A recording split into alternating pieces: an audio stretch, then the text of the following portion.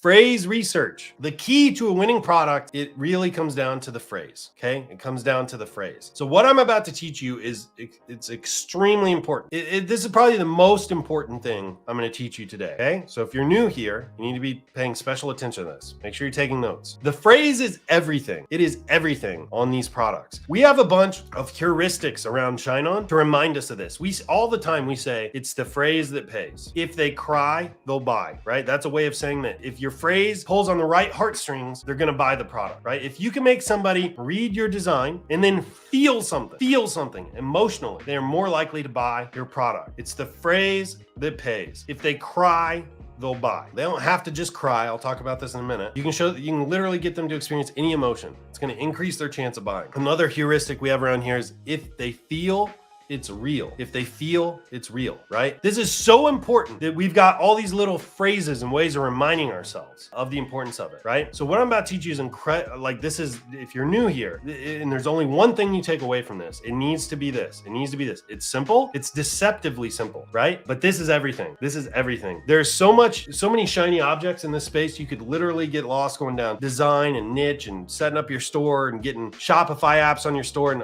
all of that stuff. I'm telling you, all that's a waste of time. This is where you need to be spending 90% of your time, right here on the phrase. If you get the phrase right, everything else is easy. It's a force multiplier. I'm not even kidding. You get this phrase right, even if you don't know how to run ads, you can still scale. I'm serious. Getting this phrase right is literally everything. All right, let's get into it. Phrase research. So the goal of everything I'm about to talk about inside of phrase research is to build a phrase bank. Build a phrase bank, right? Here's an example of what a phrase bank might look like. This is a tool called Trello. Inside of Trello, I like it because you have the ability to create little cards and you can drag and drop them and you can kind of organize them in a real coherent way and you can kind of see them all in one field of view. I like that. You can do this in a spreadsheet, you can do it in a Google Doc, you can do it wherever you're comfortable, right? But you need to build a phrase bank. A phrase bank is where you keep all of the best-selling phrases that you come across, right? And you'll know a best-selling phrase. I'm going to show you how to identify that, but this is where you're going to store all of these phrases, okay? You're going to store them because you're going to come back to them. You're going to use a method called Franken phrases. I'll talk about in a minute to create your own phrases, right? But you have to build the phrase bank. The phrase bank, this is like your pantry, right? For cooking up good grub, right? Like you have to have the pantry full if you want to be able to create winning products. You have to build a phrase bank, okay? All right, so where can you find winning phrases to build your phrase bank? Well, there's a lot of places online. The only limit here is your imagination, okay? You have Pinterest. You can find them in Pinterest. You can find them in Google Shopping. You can find them on Hallmark's website, believe it or not. I do not recommend copying, okay? Just to be clear, probably need to put your own spin on things, especially if you're using something copyrighted, like anything from Hallmark is going to be copyrighted. So you have to be kind of careful there. And I've got some methods for how we do that. Amazon's a great place. Google Trends is a great place. Etsy is another good place. You have Google Images, you have eBay, Facebook, AdSpy, and Shopify. These are all really great places to do your phrase research. So how do you know when you come across a phrase that's a winner? Well, I'm going to go through some examples here and try to look for some principles that you can kind of take away and then apply to other areas, right? So you have Etsy, okay? So let's say I go to Etsy, I type "to my wife" in the search results. I'm going to look for these products here that have this little bestseller tag. That will kind of tell me, Etsy's a little deceptive, but that will kind of tell me that these are bestsellers. Also, everybody is going to go to page 1 in Etsy. So if you really want to set yourself apart, if you really want to give yourself an edge, you need to start on like page 5